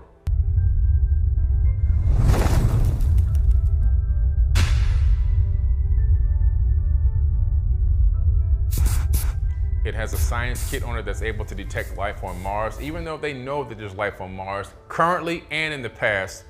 This will give them the ability to say, yes, we discovered aliens are real, and the aliens in this case will be bacteria, either a bacteria or a virus, or maybe both. Something that's going to make us feel like there's a potential threat. And again, the reason why I believe this is because I think that they want to really drive trillions of dollars into the Space Force because there's nobody left to take over on this planet. There's no other countries left at this moment to keep the money going in the war machine. And so to keep the war machine going, they got to keep the fear in the people. And the next big thing is, well, let's move weapons into space. Let's create space weapons. Let's create spacecraft now. Let's go there, and that's gonna allow us to continue to employ ourselves, be on the board of directors of all of these private corporations, and collect a lot of revenue. The UFO threat is being exposed by this former Defense Department official. I think if the major media, I call it the fake media, were to get wind and have actually some evidence of we're working with alien entities, alien beings, or in some type of intelligence from another world. If it was me, it would be the front page of the New York Times. But I think that the media is in compliance with the federal government as far as keeping secrets. Well, they ridiculed and tried to destroy Bob Lazar. Examples of technology that is seemingly beyond human capabilities. I did not believe that this should be a security matter. Some of it, sure. But just the concept that there's definite proof. We even have articles from another world, another system. You just can't not tell everyone. Anybody who comes out and said that they have experienced an abduction, or have experienced a sighting, or experienced chasing one in an airplane or whatever, the media, even today, not as much as it was 5 years ago, but the media today, I think, is going to paint you as a fool. T. Townsend Brown, and then the stuff done by Marcel Vogel, they were using crystalline materials and to put very high voltage systems through coils through the crystal, and they would get the crystals would actually vibrate and pull energy in from the 0 point, and they would, even if they hit the right resonance, the frequency cycle per second, they would levitate. Literally, they had levitation that took place, they observed. So that was way back in the 20s with T. Townsend Brown, whose work eventually became, got incorporated into the RAND Corporation, the RAND think tank in California. So there's a lot. The biggest secrets are not the 0 point energy and electrogravitics. It's the science of consciousness. It's the trans-dimensional physics that go interfacing with thought and consciousness. What Elon Musk is trying to do with Neuralink, where you can think to your computer and it turns it on. These were technologies that were developed in the 50s and 60s in highly classified projects. The interstellar civilizations, I always tell people, do you really think they're going to be using a cell phone? I mean, why would ETs be using 19th century and 20th century communication systems? They don't. So their whole paradigm is non-locality in physics, all right, where things can be in multiple places at once. Einstein called it the spooky effect. All their communication systems are moving through the consciousness field and are thought actuated. So people go, oh, that's so far out there. I say, it's only far out there because people have been lied to. If these are extraterrestrials or real and they're getting here from another star system, they're not using 20th century or early 21st century technology, right? They're using a whole new type of physics. And the big breakthroughs in that are not 0 point energy or anti-gravity, it's this other stuff. The people at the CIA call it WSFM, weird science and frickin' magic. And my uncle's old company, Northrop Grumman, they just call it PFM, pure fucking magic. I mean, excuse my language, but that's literally what the engineers call it. But these civilizations that are interstellar mastered all those WSFM technologies 100,000 years ago, a million years ago. And so that is why everyone in the senior ranks of the intelligence community always have respected what we were doing with CE5 contact, because they know that is the biggest secret. That's a much bigger secret than anti-gravity or 0 point energy, by far. Orders of magnitude more sensitive. Whatever they are, whether they're humans or whether they're whatever, if they were a threat, I think we would know it by now. If they have the ability to go across the universe in a blink of an eye, if they have the ability to stop a nuclear detonation, if they have the ability to fly in formation with a ICBM that's taken off in a test flight, then they have the ability to obliterate Earth if they wanted to, or remove all humans from the planet. I think you're curious what we're up to, if they are in fact alien entities. If they were a threat, again, we would be dominated right now. If you were president, what would you do first? Well, no, I have no interest in politics or being a politician. I would be the worst politician ever because I'm very honest, I can't be bought, and I'm very direct and very blunt. So I don't think that would be, I have no interest in that at all. However, if I were the President of the United States, the very first thing I would do is issue an executive order declaring these projects illegal and unconstitutional and getting control of them. That's what we recommended. That's what we recommended to every president, and that was in the original papers and the set of executive recommendations that I gave to the CIA director for Bill Clinton in '93, because that needs to happen officially. You really can't tiptoe past the graveyard on that. What I found is that most people who are in those positions, they don't really understand, have the time, because they have 1,000 things on their plate every day, to drill down on the issue enough to even feel comfortable with what to do about it. It's a big problem. That's one of the issues with the secrecy. When the secrecy exists, it creates this hermetically sealed system.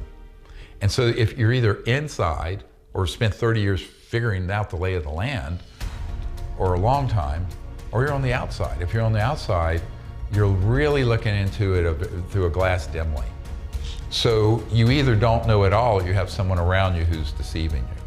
And I think for that reason, the presidency is very vulnerable because the secrecy is so well structured.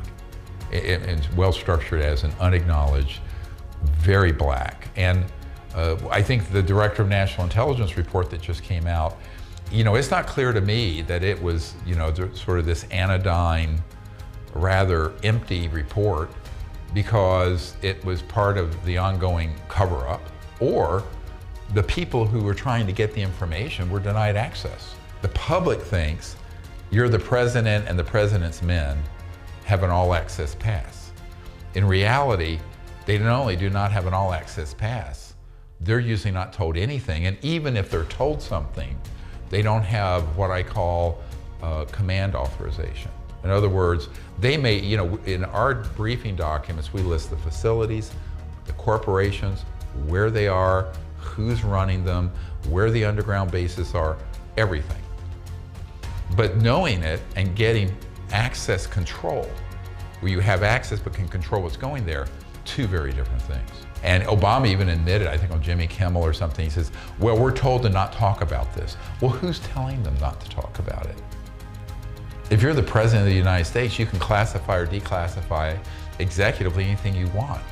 People don't think, when someone makes a statement like that, they're actually very subtly trying to educate people on where the real power is resting.